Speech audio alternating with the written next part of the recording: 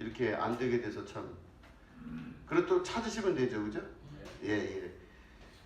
주보의 오른쪽에 그 순서 오른쪽에 제가 정리한 내용은 항상 이렇게 기록을 하고 있습니다. 그러니까 참고를 하실 거면 주보 오른쪽에 있는 거를 같이 보셔도 괜찮습니다.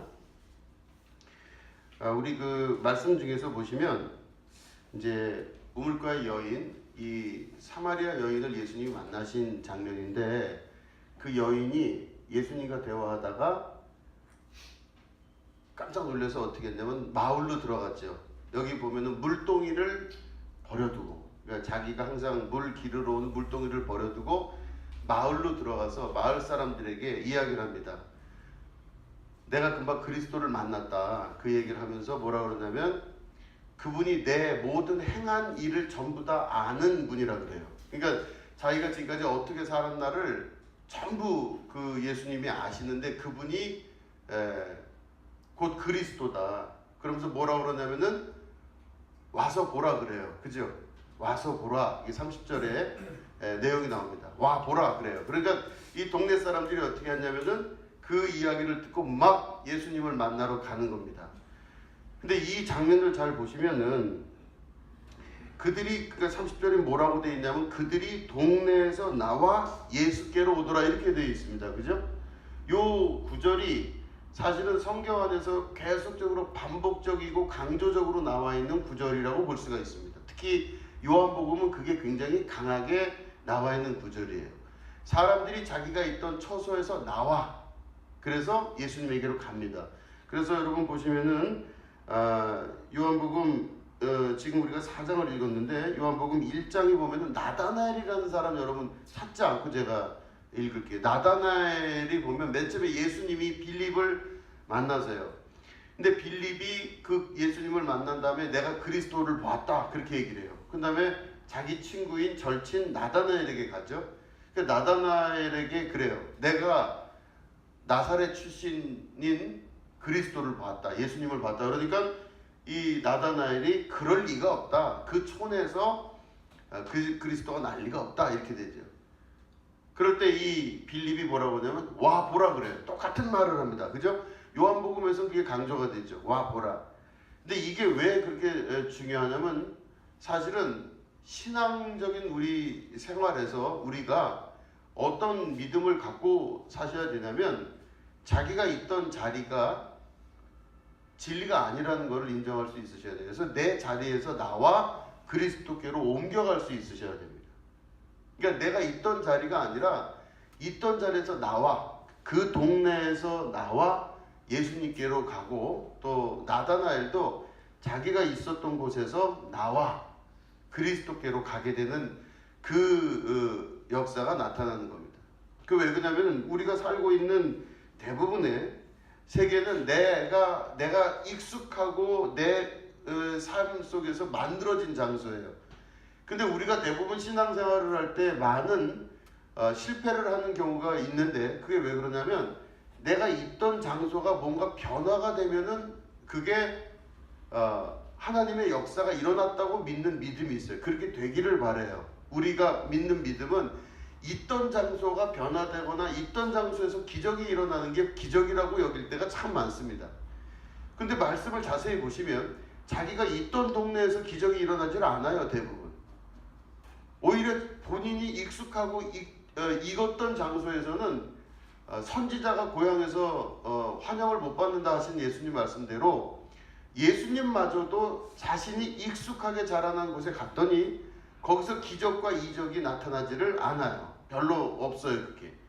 그러니까 결국에 뭐냐면 사람들은 자기가 익숙한 장소에서 무언가가 변화가 되고 기적이 일어나야 기적이라고 믿고 싶은데 그게 성경 안에서 보면 잘 안 되더라는 겁니다. 자 보시면 아브라함에게 말씀하셨을 때 내 친척 본토 아비집을 떠나라 그러셨어요.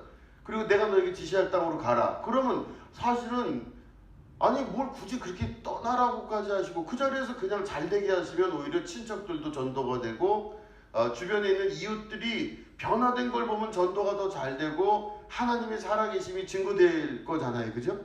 우리 생각엔 제 생각엔 그러면 그 동네에서 그 자리에서 잘 되면은 오히려 크게 더 성장을 할 수 있을 것 같은데 꼭 보면 하나님은 어떻게 하라고 그러세요? 친척과 본토와 아비집을 떠나래요. 아브라함에게 그러셨어요. 그 이해가 잘 안 되는 장면 중에 하나입니다. 또 보시면은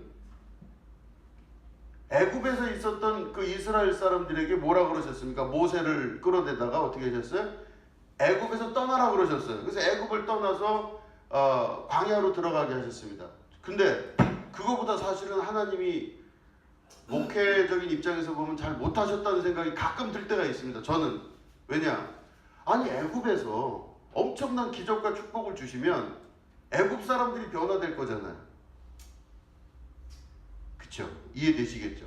그럼 그 자리에서 변화가 되고 사람들 앞에서 딱 보란 듯이 여호와 하나님이시다라고 딱 우리가 어깨에 힘을 주고 그저 이스라엘 사람들이 애굽에다 해놨으면 애굽이 그 큰 나라가 한꺼번에 하나님께로 올 거 아니겠습니까? 근데 왜 뭐라고 그러셨어요? 그 자리를 떠나서 출애굽하라 그러셨잖아요. 그거 참 이상한 거예요. 이게 성경의 논리를 보면 참 이상합니다. 그래서 그 동네에서 나오게 하셨어요. 하나님의 역사는 그렇습니다. 그러니까 그 동네에서 나오게 하셨어요. 그 보시면 하나님의 나라는 익숙한 공간의 변화가 아니라 다른 공간으로의 이동입니다. 그러니까 우리가 항상 익숙하게 보고 이게 맞다고 여겨졌던 것들에서 과감히 자리를 털고 자기의 세계를 바꿀 수 있으셔야 돼요. 그래야 하나님의 나라가 이루어지게 됩니다. 익숙한 장소에서 변화가 돼서 사람들 앞에서 나타날 수 있는 많은 것들이 되기를 바라지만 그게 생각보다 쉽게 되지를 않고 또한 그거는 맞지가 않는 거예요. 그걸 보시면 예수님은 우리 시편 같은 데 보면 예수님은 우리의 목자시고 우리는 예수님의 어린 양이라고 말씀하시잖아요. 그죠? 그럼 목자이신 예수님이 우리를 이끌고 가십니다. 보시면 목자와 양의 관계 안에서 보면은 예수님이 기적을 일으키시는 목자시면 한 곳에 정착해서 계속 거기서 풀이 나오게 기적을 베풀어 주시면 양들도 굳이 고생 안 하고 계속 거기서 먹고 마시고 살 수 있을 텐데 그 목자이시고 양이신 그 비유를 보면 예수님이 그 양들을 이끌고 가시잖아요. 풀을 다 먹고 난 다음에는 그 동네를 떠나서 풀 많은 동네로 가세요. 이 목자잖아요. 그러면 굳이 그렇게까지 이끌고 끌고 그런 데를 다니냐? 그러면 사실 양 입장에서 봤을 때는 되게 피곤하고 힘든 겁니다. 그걸 먹기 위해서 그 위험을 무릅쓰고 목자를 쫓아서 가는 그 양들의 모습은 실로 이거는 쉽지가 않은 거예요. 근데 보면 성경 안에서 나타나는 메타포를 보면 항상 그러세요. 자기가 있던 장소에서 떠나 다른 곳으로 이동하게 됩니다. 이게 항상 있었던 성경 안의 비유고 그게 유독 확실하게 강조가 된 곳이 요한복음입니다. 성경 전체를 통해서 보면 자기가 있었던 익숙했던 삶의 환경들을 떠나만 되는 이제 그런 중차대한 믿음의 결단들이 항상 있으셔야 되는 거죠. 그 말은 다시 말해 무슨 말이냐면 보이는 것에 집착하지 않는 믿음입니다. 이 눈에 우리가 항상 익숙하고 집착하고 내가 이게 맞다, 이게 진짜다라고 여겨졌던 그 많은 것들에 대해서 의미 부여를 하지 않는 것, 그 의미를 다 끊어버리는 것이 바로 이 모든 것의 가장 중요한 핵심적인 말씀이에요. 여기서 이사를 가란 말씀이 아니에요.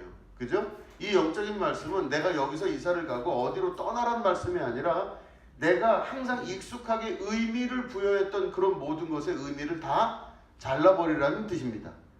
그럼 나는 이게 맞다고 여겨져서 거기다 의미를 부여했었어요. 항상 이렇게 사는 게 맞고 이렇게 사는 게 정확한 거고 하는 거기에 의미를 부여했기 때문에 우리는 마음속에서 몸속에서 항상 일정하게 의미를 부여합니다. 그런데 하나님 나라에서는 바로 이 말씀을 기초로 보면 어떻게 실습을 하셔야 되냐면 모든 의미를 다 없애버리셔야 돼요. 미닝리스 시스템이라고 해서 그 안에 있는 의미 상실의 세계로 들어가셔야 됩니다. 자, 내 인생이 의미가 있습니까? 없습니까?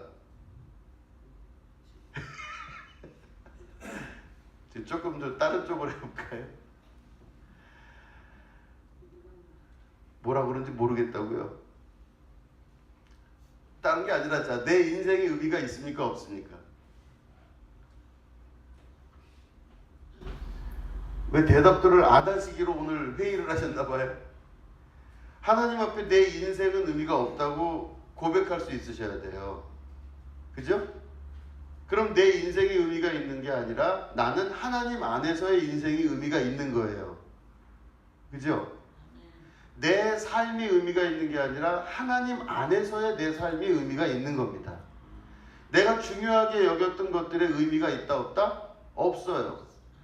내가 집에서 제가 이제 요 앞에 있는 화분 요거 제가 이게 지금 한 3년 된 것 같, 2년 좀 넘은 것 같은데 잘 키웠죠. 제 자랑반 뭐 이래갖고 제가 이제 꺼내놨어요. 요거 이렇게 해갖고 저거 키울 때 얼마나 제가 정성을 기울였는지 몰라요. 여러분, 제가 애들도 안 사다 먹이는 영양제를 갖다가 제가 꽂아놓고 그러거든요. 저 노란색 영양제 이걸. 그러니까 얼마나 그래서 저희 그 집 애들이 그러더라고요. 저런 걸 제가 이렇게 좋아하는 걸 보고 아빠는 옛날 자식들보다 지금 자식들을 더 사랑한대. 그러니까 옛날 자식은 자기들이고 얘네가 지금 자식이래. 그러니까 내가 얘네들 이렇게 이뻐하니까 이제 이거를 그렇게 하니까 이제 그렇게 얘기를 해요. 아니 다 이제 이뻐요. 막 그리고 쟤네들이 좀 시들면 막 속이 상하고 그래요. 참 마음이 그렇더라고요. 그래서 저걸 보고 제가 그렇게 하는데, 자, 저 나무가 저한테 의미가 있을까요, 없을까요? 없어요, 사실은. 아무래도 내가 귀중하게 여기고 소중하게 여기고 가치관을 갖고 있고 이게 맞다고 여기는 것들의 의미는 처음부터 없는 겁니다. 그러니까 다시 말해, 우리가 하나님 나라에서 믿음의 결단을 할 때부터 배워야 되는 수업 중에 제일 중요한 수업은 이게 의미가 있습니까? 의미가 없어요. 이것도 의미가 있습니까? 의미가 없어요. 이거가 중요합니까? 의미가 없어요. 그 의미가 없고 나면 나중에 뭐만 남느냐? 하나님만 남으세요, 그 자리에. 그죠? 내가 다 의미 두고 중요하게 여기고 맞다고 여기고 했던 많은 의미 뒀던 것들이 하나하나 떠나죠. 왜 우리가 그 자리에서 머물고 그 자리에서 그 동네에서 떠나지 않냐면 모든 거에 의미가 있기 때문에 그 자리를 못 떠나는 거예요. 근데 친척이 의미가 있죠. 그죠? 아브라함에게 있어서만큼은 친척이 의미가 있었습니다. 그 험난한 시대의 광야에서 부족을 이루고 살 수 있다는 것은 친척이 있지 않으면 생명을 부지하기가 어려울 수도 있었던 시기예요. 그렇기 때문에 내 친척은 내 생명을 보호해주는 아주 중요한 원칙이었습니다. 근데 일가 친척을 의미를 없게 만들어버리는 것이 바로 하나님의 요구예요. 하나님은 일가 친척이 의미가 있고 일가 친척이 있어야 내 생명이 유지되고 먹고 사는 거 그래도 어느 정도 보장된다고 여겨졌던 아브라함의 믿음에 그 모든 게 의미가 없어지고 하나님만이 의미가 있게끔 만드신 분이 하나님이세요. 그래서 뭐라고 그러셨어요? 떠나라고 그러셨습니다. 네 있던 자리를 떠나라. 그럼 다시 말해, 너 거기서 떠나면 죽을 수도 있다 이 뜻이죠. 내 생명 보호해줬던, 내 먹을 거 책임져줬던 네 일가 친척에 있었던 본토 집을 떠나, 너의 아버지 집을 떠나, 내가 너에게 지시할 땅으로 가라. 자기가 있었던 익숙한 장소에서 떠나 나와서 이쪽으로 나올 때 하나님의 나라가 이루어지고 역사가 이루어지게 되는 것입니다. 내가 의지했던 것들에서 내 의지가 사라지기 시작할 때 하나님의 나라가 이루어지기 시작하는 거예요. 내가 의미를 포기하고 버리기 시작한 순간서부터 하나님의 의미가 내 안에서 의도해서 역사하기 시작하는 게 기독교 신앙이에요. 우리 믿음의 신앙입니다. 그래서 보면 그들이 그 동네에서 나와, 이 말이 단순하게 들리는 한 문장에 그치는 것 같지만 사실은 이 의미가 갖고 있는 의미는 너무 큰 겁니다. 그들이 그 동네에서 나와 예수께로 나아온 것이고, 또 그들이 자기가 있었던 곳에서 익숙한 곳에서 나와 예수님께 나오게 되는 이 역사, 이거는 너무너무 중요한 역사입니다. 너무너무 중요한 역사예요. 이제 우리 한번 말씀을 찾아보겠습니다. 요한복음 6장 44절 말씀을 우리 먼저 찾으신 분이 좀 크게 읽어주시면 감사하겠습니다. 요한복음 6장 44절입니다.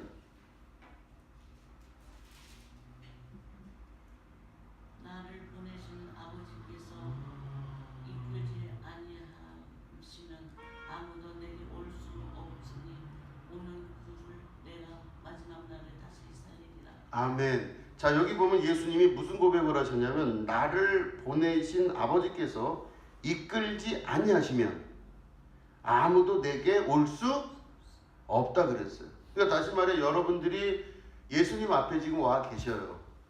여러분들 예수님과 함께 하시고 예수님 앞에 와 계신데 여러분들이 오신 거는 아버지께서 이끌지 아니하시면 아무도 내게 올 수 없다고 되어 있습니다. 그죠? 오는 그를 내가 마지막 날에 다시 살리리라 말씀하시는 거죠. 그러니까 다시 말해 예수님께로 나아오는 게 성경 안에서의 기본이에요. 그러니까 예수님이 나한테 찾아오셔서 나와 함께하고 하는 것도 맞지만 요한복음과 성경 전체의 기조를 봤을 때는 내가 있던 장소를 떠나 예수님께로 나아가는 게 가장 중요한 핵심입니다. 내 익숙했던 또 내가 의미 두었던 곳에서 떠나 예수님께로 나아가게 되는 겁니다. 이게 원칙인데 근데 아무나 오는 건 아니다 그랬어요. 아버지께서 이끌지 아니하시면 절대로 예수님께로 갈 수 있는 자가 없습니다. 아무나 오는 건 아니에요. 예수님께로 아무나 가지도 않았을 뿐더러 아무나 올 수도 없어요. 그건 예수님의 고백 안에서 나타나는 아주 중요한 핵심입니다. 그러니까 예수님께 가고 싶어도 갈 수 없는 사람들이 있다는 걸 기억하셔야 돼요. 나는 마음으로 가고 싶으나 갈 수가 없어요. 왜냐? 아버지께서 이끄시지 아니하는 사람은 거길 못 간다고 합니다. 그죠? 이게 얼마나 중요한 일인지 모르죠. 이게 보시면은 결국에는 예수님께로 갈 수 있게끔 성령께서 여러분들을 이끄셨기 때문에 제가 아까 대회 때도 말씀드렸지만 여러분들을 부르신 그 예수님은 하나님은 바로 상위 개념에 그러니까 하늘에서부터 여러분들을 부르셔서 그죠? 그 말씀의 근거는 여기 있는 거죠. 하나님께서 여러분들을 부르셔서 하나님께서 직접 여러분들을 이끌어서 예수님 앞에 서게 만드신 거예요. 그죠? 이게 아주 중요한 말씀의 근거입니다. 아무나 설 수도 없고 아무나 부름 받을 수도 없다. 이렇게 되는 거죠. 그죠? 여러분들은 부름 받으신 분이고 성령께서 또 아버지께서 직접 이끄신 분들이에요. 이거를 믿음으로 받아들이실 수 있으셔야 돼요. 예, 이게 중요하다는 겁니다. 자, 그럴 때 우리 요한복음 우리 조금 전에 그 4장 읽으셨는데 보면은 뭐라고 나오냐면 그 여자가 이제 그 마을로 들어가서 동네 사람들에게 말을 하니 마을 사람들이 예수님에게로 막 온다고 이제 올 때 제자들이 이제 밥을 사러 갔다가 왔어요. 그랬더니 예수님과 그 여자가 대화를 나누는 장면을 본 거죠. 근데 왜 사마리아 여자랑 얘기하느냐 말씀 나누십니까? 이렇게 궁금해하는 사람이 없었다 이렇게 돼 있습니다. 근데 그 이후에 보니까 예수님에게 말씀하시기를 예수님께 제자들이 뭐라고 하냐면 식사하십시오.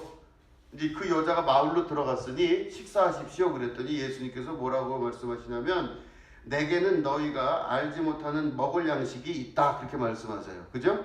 또 이 4장 33절부터 보면 제자들이 서로 말하되 누가 잡수실 것을 갖다 드렸는가? 그죠? 그러니까 뭘 잡수셨나 보다 이렇게 생각한 거예요 제자들이. 그 34절에 뭐라고 되어 있냐면 예수께서 이르시되 나의 양식은 나를 보내신 이의 뜻을 행하며 그의 일을 온전히 이루는 이것이니라 이렇게 되어 있죠. 자, 이거 중요합니다. 내 양식은 그 예수님이 식사하시는 그 양식은 뭐냐면은 나를 보내신 이의 뜻을 행하는 거예요.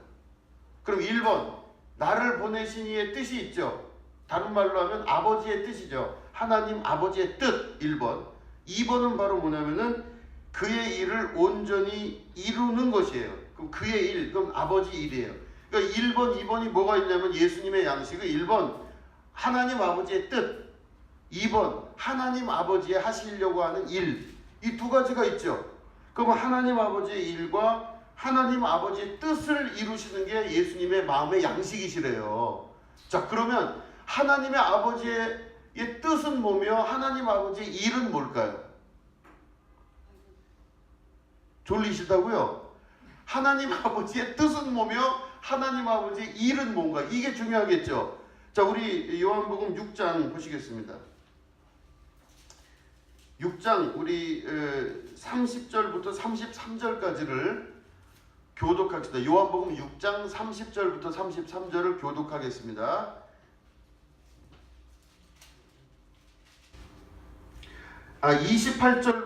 요한복음 6장 28절부터 35절까지 좀 길지만 읽겠습니다. 교독할게요. 요한복음 6장 28절부터 35절 그들이 묻되 우리가 어떻게 하여야 하나님의 일을 하오리까? 예수께서 대답하여 이르시되 하나님께서 보내신 이를 믿는 것이 하나님의 일이니라 하시니. 예, 여기 보니까 하나님께서 보내신 일을 믿는 것이 하나님의 일이래요. 그죠? 그럼 이 말은 다시 말해 예수님을 믿는 것이 하나님의 일이래요. 그러면 자 보시면은 나 요즘 하나님을 열심히 하고 있어요. 그럼 무슨 뜻이에요? 나 예수님 열심히 믿고 있어요. 이 뜻이죠. 그죠? 그러니까 여러분들이 하나님 일을 한다는 게 뭔가 봤을 때 여러 가지 일이 있지만 예수님을 믿는 것이 일이 하나님의 일이에요. 여기 나와 있죠. 6장에 지금 우리 읽은 말씀에 보면 자 그다음에 30절부터 또 교독을 합니다. 제가 할게요. 그들이 묻되 그러면 우리가 보고 당신을 믿도록 행하시는 표적이 무엇이니까 하시는 일이 무엇이니까? 기록된다. 하늘에서 그들에게 떡을 주어 먹게 하였다 하는 것 같이 이 조상들은 광야에서 만나를 먹었나이다. 예수께서 이르시되 내가 진실로 진실로 너희에게 이르노니 모세가 너희에게 하늘로부터 떡을 준 것이 아니라 내 아버지께서 너희에게 하늘로부터 참 떡을 주시나니 하나님의 떡은 하늘에서 내려 세상에 생명을 주는 것이니라. 그들이 이르되 주여 이 떡을 항상 우리에게 주소서. 예수께서 이르시되 나는 생명의 떡이니 내게 오는 자는 결코 줄이지 아니할 터이요 나를 믿는 자는 영원히 목마르지 아니하리라. 아멘. 자 이게 보면 하나님의 일 얘기하는 거예요. 하나님의 일은 6장 지금 28절부터 35절 보니 예수님을 믿는 것이 아버지께서 보낸 자를 믿는 것이 하나님의 일이죠. 그러면 이거를 표적을 우리에게 어떻게 보여주시고 이거 어떻게 해야 믿는 겁니까? 그래요. 그죠? 어떻게 아주 구체적으로 질문을 해요. 제자들이 어떻게 해야 믿는 겁니까? 그랬더니 뭐라고 말씀하시냐면 먼저 이 제자들이 얘기해요. 우리는 모세의 우리는 후손들로서 하늘에서 내려온 만나를 먹었던 사람들입니다. 그러니까 예수님이 뭐라고 그러시냐면 너희에게 만나를 준 분은 모세가 아니고 하나님이시다 그래요. 당연한 맞는 말이죠. 하늘로부터 내려온 떡은 모세로부터 온 게 아니라 하나님으로부터 왔다. 근데 그 모세 이 시대에 만나는 떡에 대한 상징이에요. 떡에 대한 상징입니다. 그러니까 오실 진짜 떡에 대한 상징이에요. 그러면 그 떡은 그걸로 육신이 살았지만 상징인 떡이 하늘로부터 온 거죠. 모세가 준 게 아니라 하늘로부터 온 거기 때문에 이 떡은 육을 살리는 게 아니라 원래 영을 살리는 떡이에요. 근데 상징이 된 거예요. 근데 이걸 예수님 뭐라고 지금 그러시냐면 여기 6장 30절 이하를 보면 뭐라고 말씀하시냐면 내가 진짜 떡이다 그러세요. 하늘로부터 내려온 내가 참 떡이니 그렇게 말씀하시죠. 그러니까 누구든지 나를 먹는 자마다 내 떡을 먹는 자 나를 먹는 자가 생명을 얻는다 그러셨어요. 그죠? 그래서 우리는 하나의 상징이고 의식이지만 성만찬을 통해서 예수님의 살을 먹죠. 근데 예수님의 떡, 다시 말해 내가 하늘로부터 내려온 진짜 살아있는 떡이라 하니 그 떡은 바로 뭐냐면은 말씀을 씹고 믿는 믿음. 그러니까 예수님의 말씀을 완전하게 믿는 믿음으로 살 때 그 생명의 떡을 먹는 겁니다. 그걸 먹으면 내가 사는 거예요. 안 먹으면 죽어요. 영이 죽는 거죠. 그죠? 영은 영원히 살기 때문에 그 영이 죽으면 영원히 죽어버리는 겁니다. 그렇기 때문에 생명의 떡이신 예수님을 믿는다는 것은 생명의 떡이신 예수님을 먹는다는 뜻이에요. 그 떡을 먹는다고 하는 것은 바로 말씀을 듣고 그 말씀을 믿는데 예수님의 말씀을 듣고 믿는 자들을 말하는 거예요. 내가 그리스도라 하니 그분이 그리스도인 걸 믿는 믿음으로 사는 거죠. 아시겠죠? 네, 이렇게 되는 겁니다. 자, 그러면 이게 하나님의 일을 하시는 것이 내 양식이니라 그러셨는데 이 일이 끝났어요 지금. 그죠? 하나님의 뜻. 그죠? 하나님의 일. 하나님의 일은 예수 그리스도를 믿는 게 하나님의 일이에요. 그러니까 두 번째는 보면은 요한복음 6장 우리 38절부터 40절까지를 좀 읽어주세요. 요한복음 6장 38절부터 40절 먼저 찾으신 분 좀 읽어주세요. 내가 하늘에서 내려온 것은 내 뜻을 행하려 함이 아니요 나를 보내신 이의 뜻을 행하려 함이니라. 나를 보내신 이의 뜻은 내게 주신 자 중에 내가 하나도 잃어버리지 아니하고 마지막 날에 다시 살리는 이것이니라.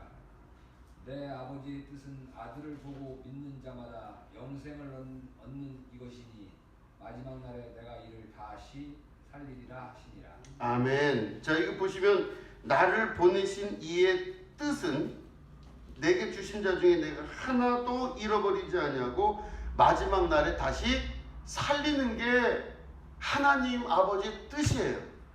그 예수님은 지금 자신의 뜻을 세우러 오신 게 아니라 아버지 뜻을 세우러 오셨어요. 그러니까 아버지 뜻은 다시 말해 뭐냐면은 예수님께로 온 자들을 마지막 날에 하나도 남기지 않고 전부 다 일으켜 세워서 그들을 살리는 게 아버지의 뜻입니다. 그죠? 자, 이거 보시면은 아들을 보고 믿는 자마다 영생을 얻는 이것이니 마지막 날에 내가 이를 다시 살리를 하시니라. 자, 우리 그럼 한번 아까 한 말씀들을 정리하면서 딱 보세요. 예수님께 오죠. 지금 저기 사마리아 여인이 우물가 여인이 마을에 가서 전도했더니 마을 사람들이 그 마을을 나와 예수님께로 나아간 거죠. 자, 그러면 예수님께로 오는 자는 아무나 올 수 있습니까? 없습니까? 성경을 보니 아무나 오는 것이 아니라 아버지께서 이끌지 아니하시면 절대로 못 와요. 그러니까 밖에 있는 사람들이 정상이 아니라 이 예수님께로 온 자들이 정상은 아니에요. 왜냐하면 보통 일반적인 사람들은 못 와요. 예수님께 못 오는 것뿐만 아니라 안 와요. 관심도 없어요.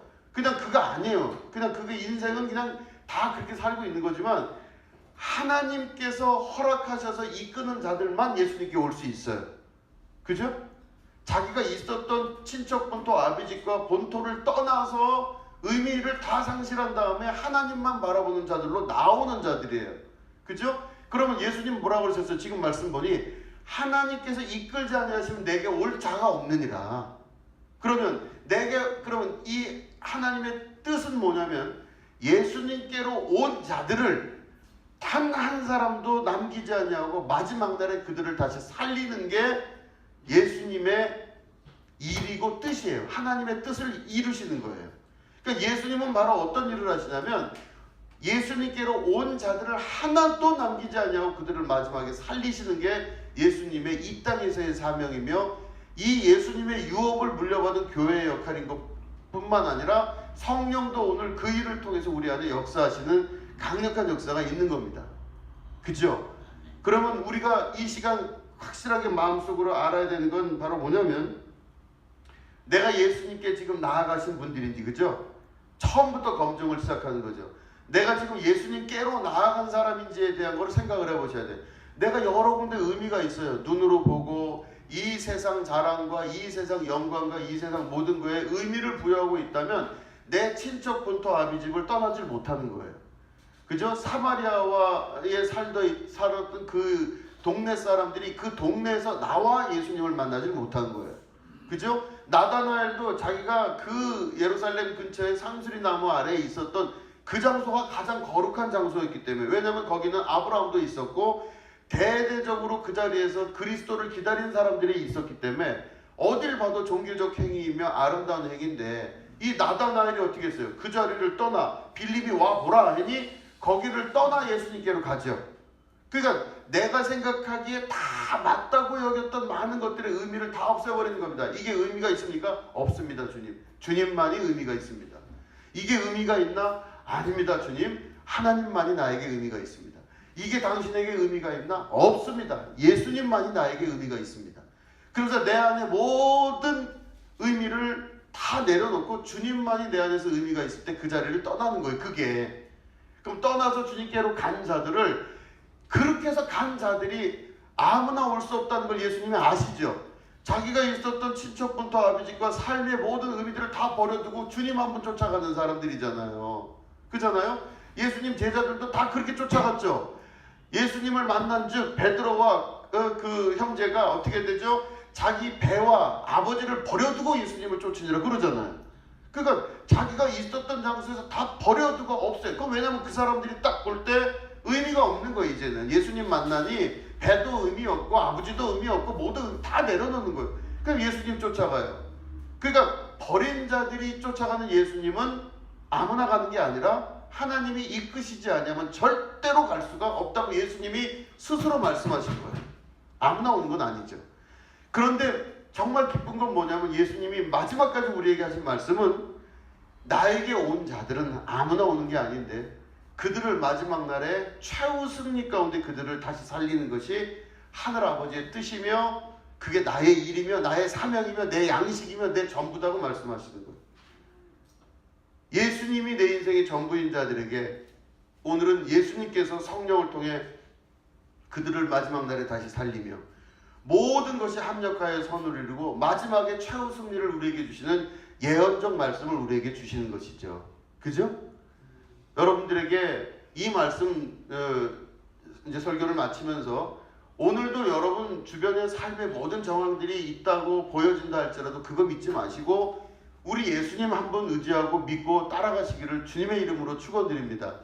아무나 할 수 없는 거지만 오늘도 성령께서 여러분 이끄셔서 계속 그 길로 우리를 이끌어 가신다면 내 눈에 이 눈에 아무 증거 아니 보여도 믿음만을 가지고서 늘 걸으며 이 귀에 아무 소리 아니 들려도 하나님의 약속 위에 서리라 이 찬송이 내 안에 삶 속에서 이루어지게 된다면 마지막 최후 승리뿐만 아니라 합력하여 선을 이루고 이 모든 눈으로 보여줬던 상황적인 것들이 한꺼번에 뒤집어지는 역사가 나타나게 되는 하나님께서 약속하신 바가 이루어지는 축복의 약속이 분명히 이루어진다는 것입니다.